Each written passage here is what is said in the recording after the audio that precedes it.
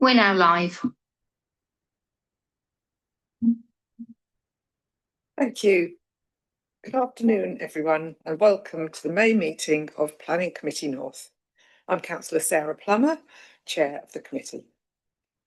The Planning Committee carries out the duties and powers of East Suffolk Council as the local planning authority for the district, in line with both planning legislation and the Council's constitution. Fire evacuation procedure. There's no fire alarm test scheduled for today, so should the fire alarm sound, it will be for real. In the event of a fire, please follow instructions issued and congregate in the south car park near the Children's Centre. Fire exits are clearly marked. Well, I think everyone knows that. There's a door straight outside in the corner of the... Please, could I ask everyone present to please ensure that mobile phones are changed to silent mode or switched off? And reminder to keep the microphones muted until you're called to speak, please. Ensure that you put the microphones close enough to register your voice, and then switch them off when you finish speaking. If members should need to leave the room for a comfort break, please ask me to adjourn the meeting, otherwise you will not be able to continue participating in the debate and vote on that item. No one in the public information. So next I would like to ask officers to introduce themselves, please. Thank you, Chair. Joe Blackmore, Planning Manager, supporting on all items today. Nick Lowe, Planning Officer. I will be presenting item number 6 today. Stephen Milligan, Principal Planning Officer for the Central Team, supporting on the first 2 development control items.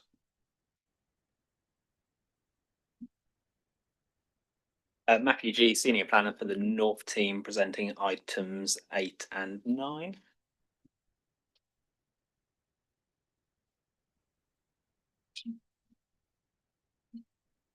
Elizabeth Martin, Senior Design and Heritage Officer, in connection with item number 6 that Nick Clay is presenting.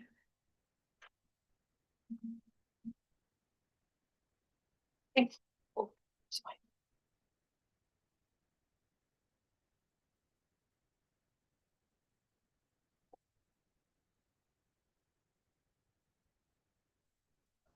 There's one wrong over there.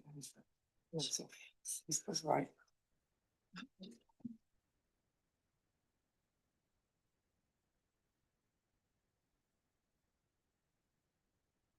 Katie Cassidy, Democratic Services Officer, and I'm joined by my colleague Pip Older, and I believe we have some officers online who'd like to introduce themselves, please.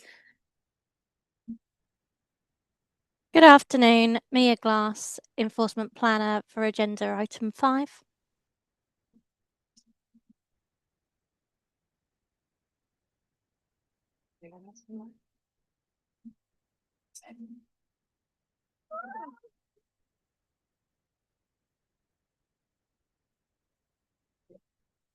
Okay, I think that's all the introductions completed. Apologies and substitutions today, please. Thank you. We have apologies from Councillor Bevan and Councillor Ashton. No substitutes today. Thank you. Agenda item 2 is declarations of interest. So if members have an interest, please clarify if it's disclosable pecuniary interest, other registrable interest, non-registrable interest, and what details of interest are. So I would like to start by just saying, as ward member for Beccles, I have an interest in item 9. Yes. Yeah. Anyone else with any interests to declare? No, no one else today. Thank you. And any declarations of lobbying? Okay, no. So it's fine.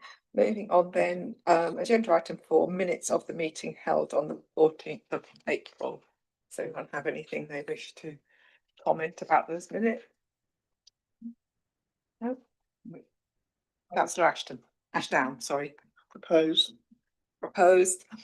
Seconded, Councillor Hammond. Thank you. All those in favour? accepting the minutes, that's unanimous. Thank you very much.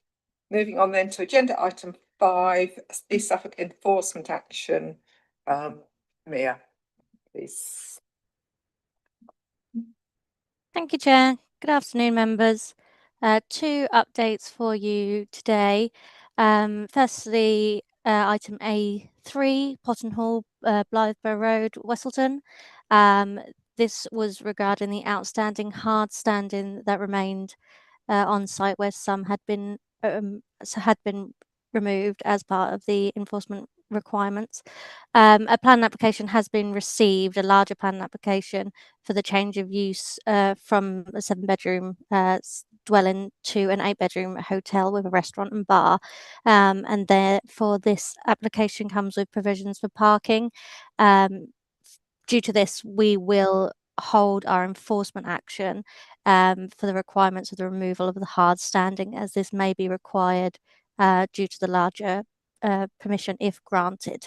We will revisit it once the application has been determined to see what is required, if it's been regularised or if it does still need to be removed.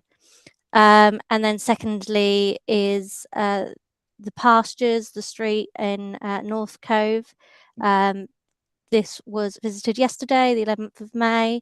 There is partial compliance, but not full compliance with the enforcement notice. As this was only visited yesterday, we do need to have a meeting with wider officers to decide how best to action, what we think the best course of action will be. So you'll most likely get a fuller update in the report for next month. Are there any further questions? No, nobody with any further questions. Thank you, Mia. Oh, sorry. Yes, Councillor Ashdown. Just an update on C3. Is your mic on, Councillor Ashdown? Sorry, Chair. An update on C3 and an update on E1, please. So let me just double check. C3 being Upper Rolland Bungay. That one we have been in further discussions for moving that case forward. We were considering actually further instigating legal action. However, we have received very, very recently, I believe only yesterday, an update to confirm that the shutter is likely to be removed hopefully by the end of this month. So we will be looking at that, seeing if that happens before making further decisions. Sorry, Councillor Ashdown, what was the other one you questioned? The other one is E1, which you've got compliance dates of 10th of April, but also going into 10th of June. So I trust that checkup will take place soon after the 10th of June. Oh, yes. As we did go out in April, and though 2 dates were given by the courts, that was determined by the courts during the injunction. Of course, if we were to take action, it only makes sense to do those both together if they don't don't comply with both. So yeah, we will be visiting after the 10th of June, so the second compliance period, and then making our decisions as to what's required should there not be compliance with one or either of the requirements of the injunction. Thank you. Any further questions for Mia? No, thank you very much, Mia, as ever. It's not an easy job, yours, I know. So we need to take a vote on accepting the report. I would like to propose that we take the recommendations from the report. Councillor Pitchers to second. Thank you. All those in favour? That's unanimous. Thank you very much. And then we move on to agenda item 6, which is the land and buildings at North Green Farm, North Green, Kelsog, Carlton. Over to Nick. Thank you, Chair.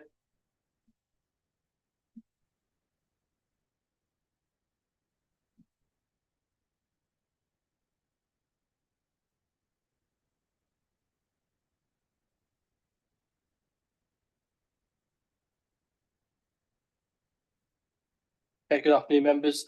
This item 6 is land and building at North Green Farm, Kelsall, Colton. Construction of one single-storey self-built dwelling.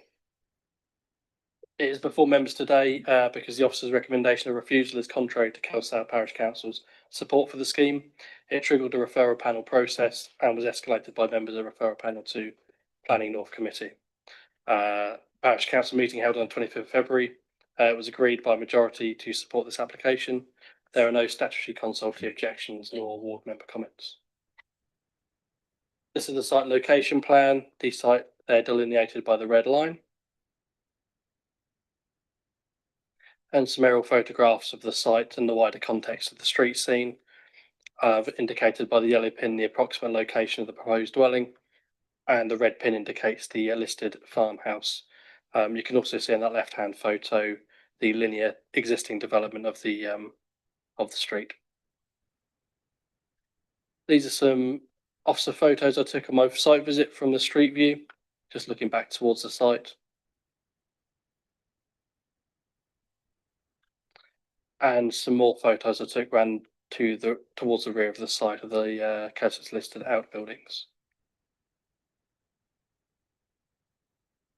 I also added this slide in so you could understand the size, scale and location of the listed farmhouse, which is that white building in the foreground on the two left and centre photos, and the design of the Curtis listed outbuildings as well. This is the existing plot plan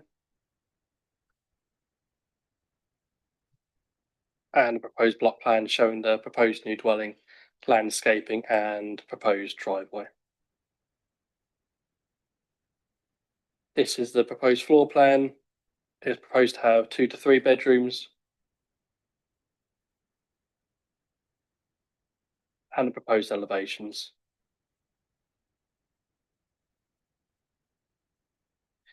This is the site adjacent to the proposed location of the dwelling, called Apple Tree Barn. They've had several consents on this site for a new dwelling, the most recent being that full application in 2024 and a current variation of condition application that's currently awaiting decision. This was a full application refused on the same site as this application back in 2023 for a similar scheme, albeit this scheme before you is slightly improved in terms of design of the dwelling itself, but the refusal reasons remain more or less the same. The scheme in 2023 was refused for the following reasons. Primarily the physical proximity to the historic grouping of the farmhouse and farmstead, resulting in adverse effects to the listed farmhouse, which will harm the significance of the farmhouse itself, and alongside the adjacent consents brings a cumulative impact of growing urbanisation of the street scene as well. The inspector concluded similar to the officer in this instance and dismissed the appeal. And our reasons for refusal in this instance are very similar.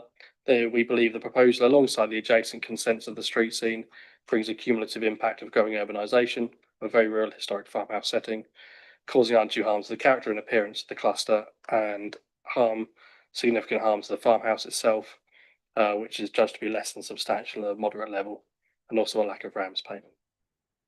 So our recommendation is to refuse. Thank you.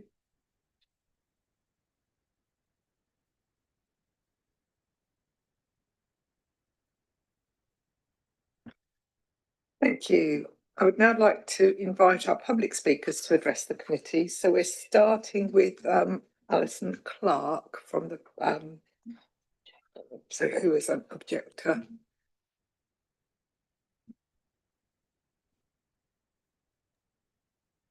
Yeah. Hold on. Okay. It's saying my video is disabled by the host.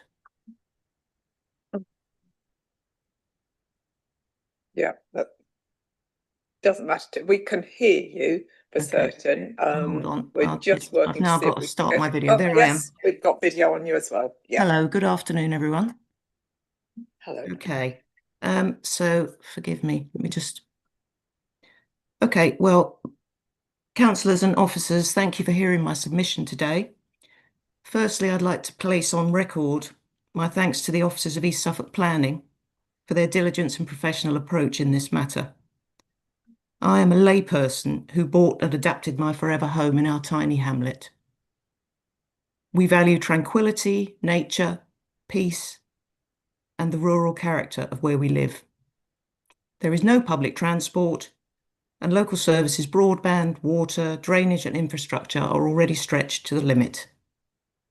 My immediate neighbour on one side is the imposing and truly magnificent listed 16th century farmhouse and its associated outbuildings, and this application centres on that setting.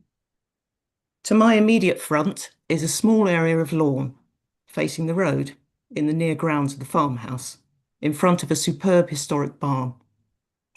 It is on this small piece of garden land that the applicant once again seeks permission to build. You'll hear two main arguments from the applicant's agent today. First, that the tilted balance is engaged, and because of the housing land supply shortage, exceptional permission should be granted. However, that argument is without foundation. The tilted balance can only favour development if that development is sustainable. This proposal clearly is not. It represents excessive development in the countryside. It is around 3 miles from any amenities or facilities on a tiny 1-car width lane. And there is no public transport at all, nor is there ever likely to be. The land belonging originally to the farm has seen an amount of piecemeal development, and what is currently here is the absolute maximum that should be permitted. Second, you may hear that no harm will be caused to heritage assets or the historic setting. Again, I would respectfully disagree. The proposed plot sits directly in front of a historic listed barn and immediately adjacent to a 16th century Suffolk farmhouse. The impact on the setting is obvious and significant. My request today is simple.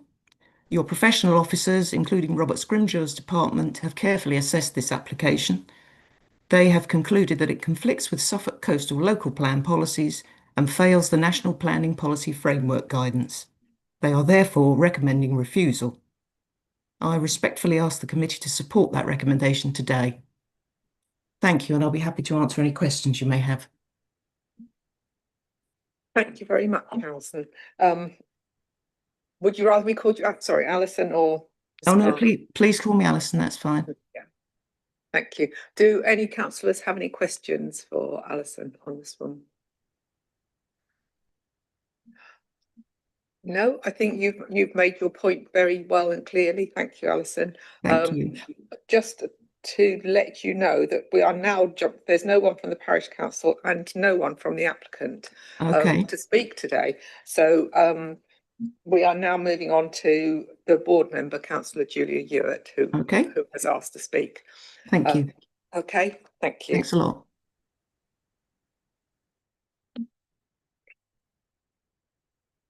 So, Councillor Ewart. Thank you very much, Chair and members. I speak as the local ward member and someone who understands the importance of protecting the distinctive rural character and historic identity of Kelsale Heath. The officer report before you is clear, well-reasoned and firmly grounded in policy, and I support its conclusion that this application should be refused. This is not a finely balanced case. It's an understandable form of countryside development in a highly sensitive historic setting. We're dealing with a small rural hamlet whose values lie in its peaceful, low-density, historically coherent character. There is no transport. Access to services is entirely car-dependent and infrastructure is limited. Residents tend to, in fact, when they get older, move back into Saxmundham. And the proximity at the moment of the Sizewell Link Road only over the back strengthens the case for protecting this really fragile environment. Within the context, this proposal introduces development into a garden plot directly in front of the historic barn and adjacent to the Suffolk farmhouse, an open setting where space and the relationship between the buildings is really essential. And this is not simply an additional dwelling. In fact, it's incongruous. and it would be incongruous too, and it would be intrusive, a really intrusive form of development that would erode that very special character of this hamlet. Now, the cumulative impact must also be considered. Incremental development of this nature, even when presented as modest, gradually changes the character of such a small hamlet, and one that is really special will be lost. You may hear, as has been discussed before, about tilt of balance, but I believe paragraph 11 of the new planning framework is clear. Permission should only be granted where adverse impacts do not significantly, demonstrably outweigh the benefits. Sustainability is central to the assessment. This location conflicts with the Suffolk Coastal Local Plan spatial strategy, which directs development towards settlements with services, facilities and transport links. Let me tell you, there are none. The NPPF also requires that we protect the intrinsic character and the beauty of the countryside and ensure development responds positively to local character. This proposal fails on both counts. The heritage harm is substantial. The development would sit within the setting of the listed barn, as I've explained, and the farmhouse, where openness is fundamental to that significance. The local plan policy SCLP 11.4 requires development to preserve the setting of listed buildings and to avoid harmful heritage assets. In this case, that harm has not been justified.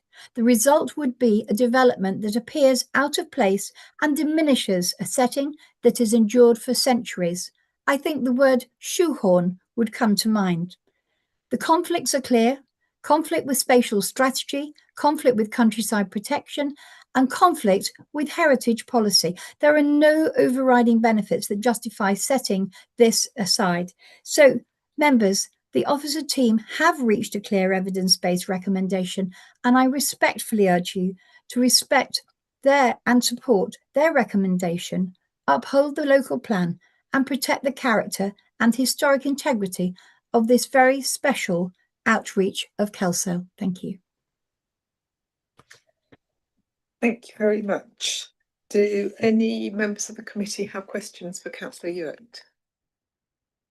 No, once again, made your feelings very clear and your understanding of the area very clear, Councillor Ewart. Thank you.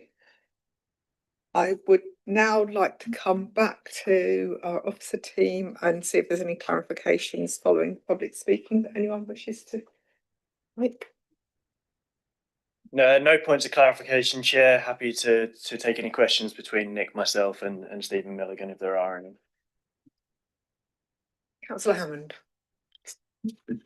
Thanks very much for the report. Can I just ask a broader question about the size of the settlement? Because I can see the policy basis for the recommendation, but when we were discussing this in referral panel, there seemed to be a little bit of debate over what constitutes a cluster for a development for an existing community. This could be defined as an infill. So I just wanted to explore how you see that within the context of this. Does the hamlet have to be of a certain size for that argument to hold? Thank you. Yes, the hamlet has to comply with the cluster policy requirements, of which weren't considered in great detail in this situation, because we were considering the harm to the listed building overriding that, the sustainable impact of what would usually be a cluster compliant dwelling, if it complied with SCLP 5.3, housing in the countryside. Off the top of my head, I can't remember the actual criteria of the cluster policy. Joe might be able to.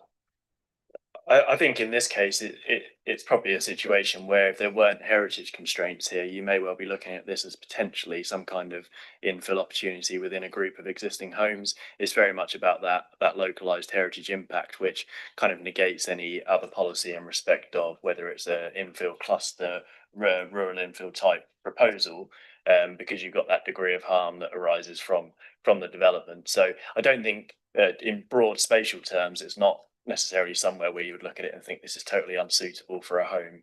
Just looking at it on a map, it's very much about that local context and the heritage impacts arising. So then just a follow on, if I may, Chair, which is, given there's the existing consent for the neighbouring property, which is also relatively close to that heritage, to that old farmhouse, could you just pull up the map again and give us a comparison of the two respective distances or other, relevant views, and so that to ensure that we're being consistent in our treatment of those two neighbouring plots with respect to that farmhouse?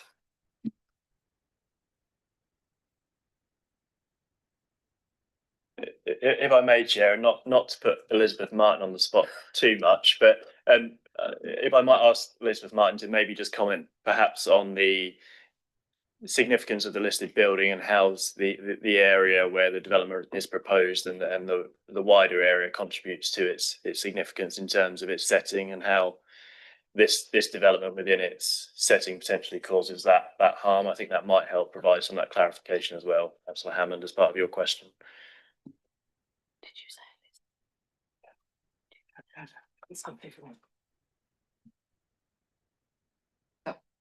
Thank you, Chair. Yes, obviously, the farm and its buildings were to date 16th century and were isolated in this part of the countryside with, I think, the green to its sort of southwest. So it was a very rural location. And over time, I think there's a cottage was further west along the lane. And over time, these other houses have been introduced. And more recently, that has sort of increased. So the isolated nature of the farm has changed, say, in the last century because of the additional buildings. But basically, the farmhouse is set back from the highway quite a distance, and you can view into the site from the highway itself and the barns adjacent. And then if you come the other way and view coming from the west, you can see this open area that still exists, and the barns set back, and the relationship of the barns to the listed building itself and into the site. So even though there is housing sort of coming up the road towards the farmhouse, there is still this element of space around the property and the barns. The barns themselves have had a modern building changed to residential, sort of behind the more traditional barns. So that in a way is related to the barns. So that is sort of contained within sort of farmstead as such. So that in a way sort of doesn't introduce another element in conflict with the sort of farmstead as a whole. So yeah, really it's sort of the extra buildings coming closer towards the farmhouse will stop it being able to be sort of viewed in that sort of slightly more open setting that still exists in that location at the moment, albeit reduced to what it has been traditionally. Don't know if that covers all the items you said. But, Thank you for that. Are you happy with that, Councillor Hammond? Yeah. thank you. I just wish to make clear, I'm afraid, Alison Clark, that there's not a position for you to ask questions to other speakers or such like at this point, I'm afraid. So I understand you've asked if you were able to, but that's not part of the process. Any further questions from any of our councillors in the room? In which case no further clarifications from officers. No, I'd like to ask the committee to debate the application, please. Councillor Pitches. Thank you, Chair. I think it's fairly obvious what the officers said, and I agree completely with what they said and what what the two speakers have said. So I would like to propose that we accept the recommendation. Thank you. Seconded by Councillor G. Anyone got anything they wish to say before we take a vote? Councillor Ashdown. Just, I think officers are completely right on this particular occasion. I know I'm one that looks at these with great ease at times, but in this instance, officers are 100% correct. Thank you. So then the proposal is that we accept the recommendation of refusal for this application? All those in favour, please. And that is unanimous. Thank you very much.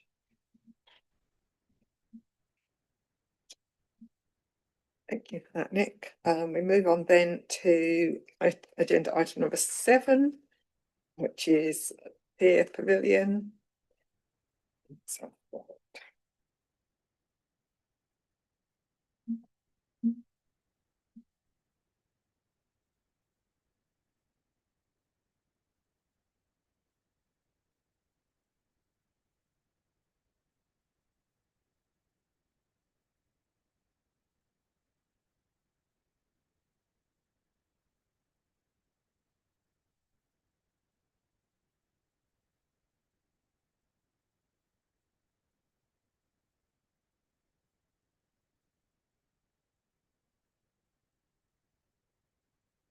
Good afternoon, members.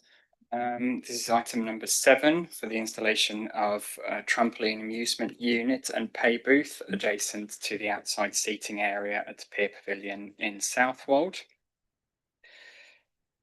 The application is before the committee because the area of development includes land owned and managed by East Suffolk Council. The Parish Council have also objected to the proposal, with a summary of their points included on the screen there. Main point relating to the accessibility along the promenade being reduced by the introduction of the trampoline unit. Clarification also around the use of it and the seasonality, whether it's there permanently or for seasonal use. Also around the dimensions of the unit and the pay booth, and the design and size of the pay booth being out of character for the area. The site location plan is as shown, with the shall I just make sure my pointer is visible. The proposed trampoline unit is to be located here in this southern part of the red line area, immediately south of the existing seating areas on the promenade. Just showing the same area again in the aerial view. As you can see, the area in question is this block here, just south of the seating area. We'll show you a closer up aerial view in a second. And again, this is the existing block plan with the fixed seating units here. There are normally also movable seating area to the east of that, closer to the beach. The proposed block plan showing the trampoline units in a sort of cross shape. These are 4 individual trampolines with a bungee harness in the middle that could then be attached to any of the uses of the 4 trampolines. And then the pay booth is shown just to the southwest of the site there. Just for some context, last year a similar application was approved for a carousel unit in the same location. This was slightly smaller, obviously in a round shape as shown there with the pay booth, again just to the southwest. This was also at committee because of the land being owned by Suffolk Council. The proposed unit is shown here. As discussed earlier, there are 4 individual trampolines radiating out from the central harness, to which users would be attached when jumping on the trampolines. Dimensions as shown, so the total height with the harness is 7 meters, and the width as shown 8.6. Also included here the proposed pay box, which would be 1.5 meters by 2 meters, and approximately 3.5 meters in height. This design is very, very similar to what was consented last year, although it has been reduced slightly in size. And again, this below drawing just showing the location of the trampoline in relation to the existing seating units and the promenade. Looking at the slightly closer up aerial view then, as shown here, you can see that there are typically the fixed seating units in this location. They're often these movable seating units, which we'll see in photographs in a second as well. Overall, it's considered that the trampoline units will not significantly reduce accessibility for pedestrians over and above the existing levels, which are already reduced due to the seating being present. Looking at the photographs then, this is looking towards the pier with the proposed development behind the view of the photograph. And a slightly wider view then with the fixed units here and the movable units and just to the side. These photographs, just for transparency, were taken last year by my colleague Jamie, and you'll see the photograph that I took in a second. More typical British weather perhaps. But again, they show the same situation, and that the trampoline unit would be located immediately in front of the seating units here. Just a slightly wider view again, showing the location, and then one looking in the opposite direction. So as you can see, the pay booth would be a timber structure similar in size to sort of existing buildings that are there on the site already. The material plan considerations relate to the appearance and impact on the conservation area. In that case, it's considered that the trampoline unit is effectively an amusement unit that could reasonably be expected in a seaside location such as Southwold Pier, and both it and the pay booth would not appear out of character with the area. And again, as related to the access across the promenade, this would be similar to the existing situation, although there might be a slight impact. Also to highlight, obviously, as East Suffolk Council are the landowner, this would be subject to a separate agreement between the applicant and the council as landowner in terms of hours of operation and the seasonal use of the unit, although I understand that the aim is to have it operate between May and September and not in operation during the winter months. So the recommendation is to approve subject to conditions, being the standard time limit and approved plans. Thank you. Thank you very much, Fabian. We've got no public speakers for this one, have we? Just Please do. Southwold Town Council. Oh, Southwold Town Council. Sorry, yes. So we will move then. Before I come to the committee, I'm going to ask Councillor Vic Reddington from Southwold Town Council to talk to us, please. Good afternoon.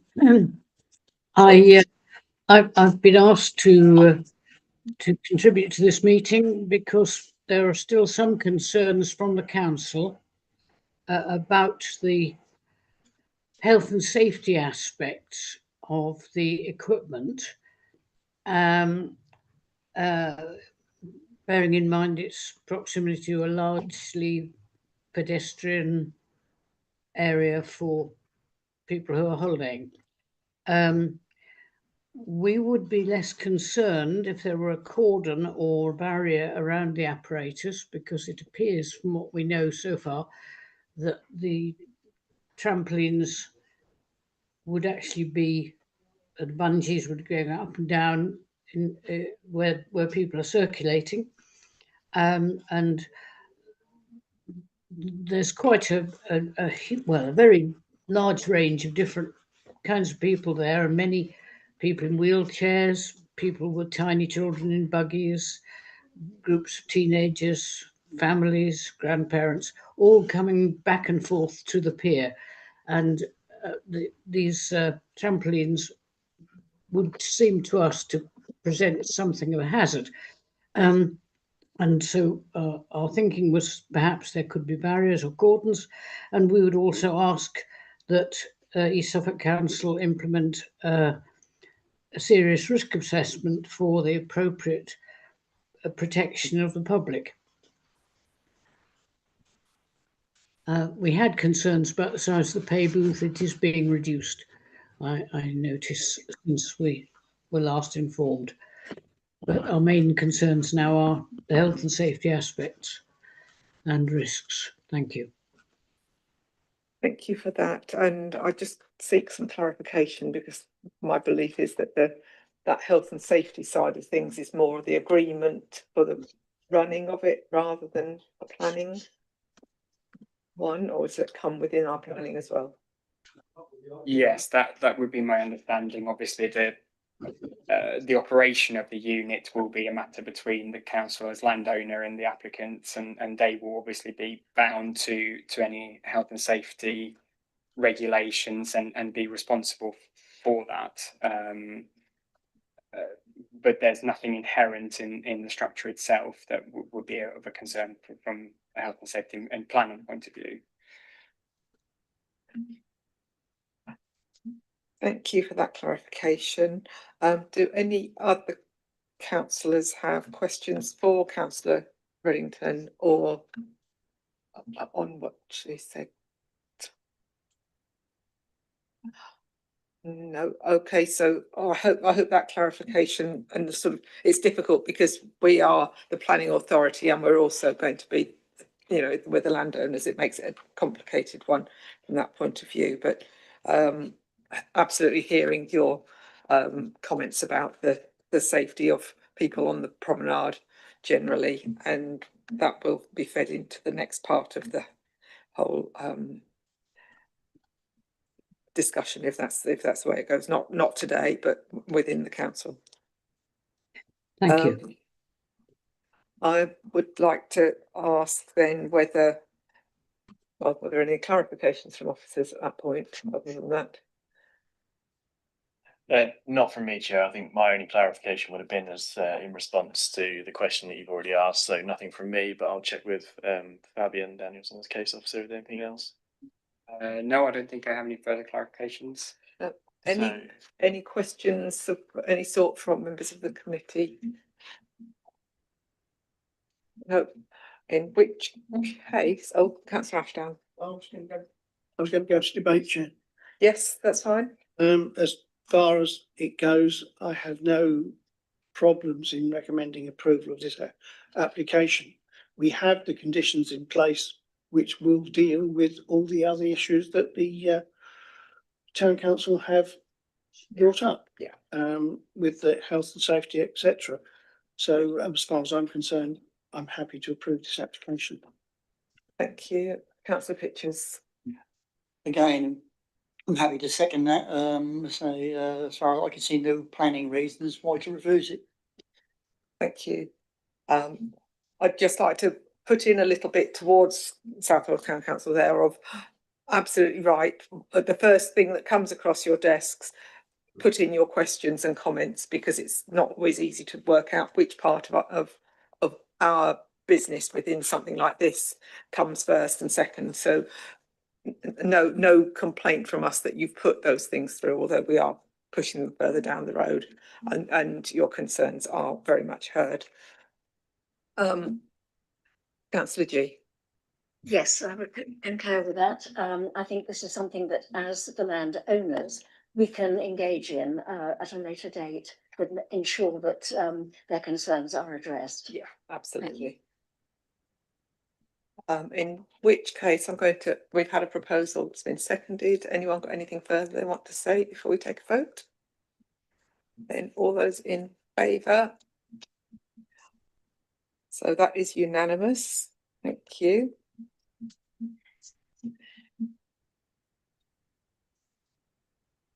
And yes, we will make sure that the relevant people from within the council have heard your comments going forwards from South Wales Town Council. Thank you very much.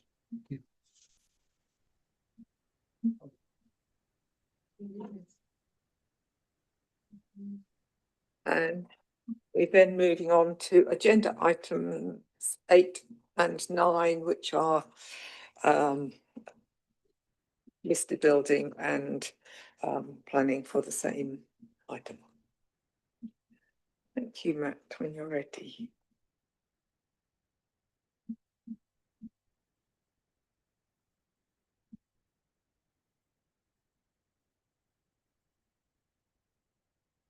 Thank you, Chair. Good afternoon, members. This application or applications relates to a full application and list building consent for the replacement of a flagpole atop the St Michael's Church Tower in Beccles. So this is just the site location, obviously adjacent to St Michael's Church within the centre of Beccles. Very much surrounded by the kind of town centre for Beccles. Shows the aerial photograph as well. A bit of context. This is a recent photograph showing that the existing flagpole has been partly removed. And then this is one from a few years ago, just showing the flagpole was there previously.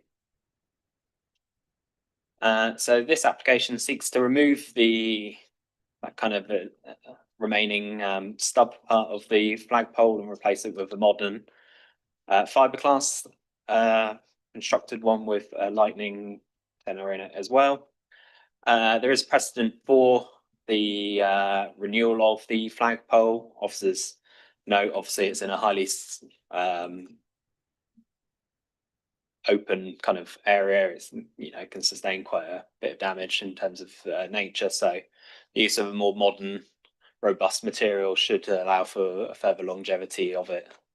It is also proposed now to anchor it with 3 wires, but officers, including the council's principal design and heritage officer, has no concerns regarding the impact upon the listed building from these modern materials.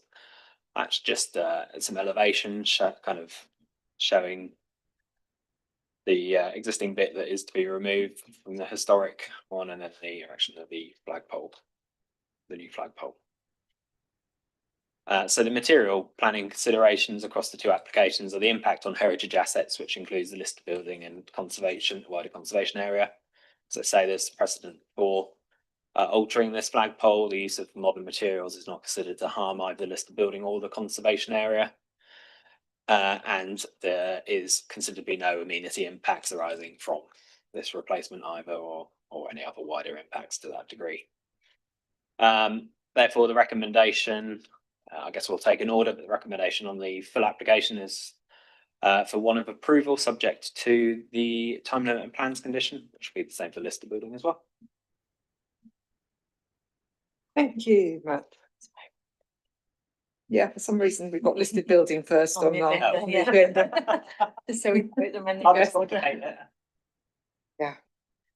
And I'd just like to say on the listed building thing, there's some piece of lead, isn't there, that's being kept safe as part of this. I don't know if that's in the planning part, but my understanding is. Yeah, it's not a planning condition, but I will add it as an informative to the permission that obviously, and given we're undertaking the works in conjunction with the town council. I know town council are very supportive of the whole project, and and it's going to mean that the roof stands up better because the old flagpole caused damage to the structure of the roof somehow, didn't it, over time? So that's all part of why it's happening. Anyone else got anything they want to ask Matt at this stage? No. So debate. I would like to propose that we accept the listed building consent in first. Happy to second. Thank you very much, Councillor Ashdown. Anything anyone else wants to say?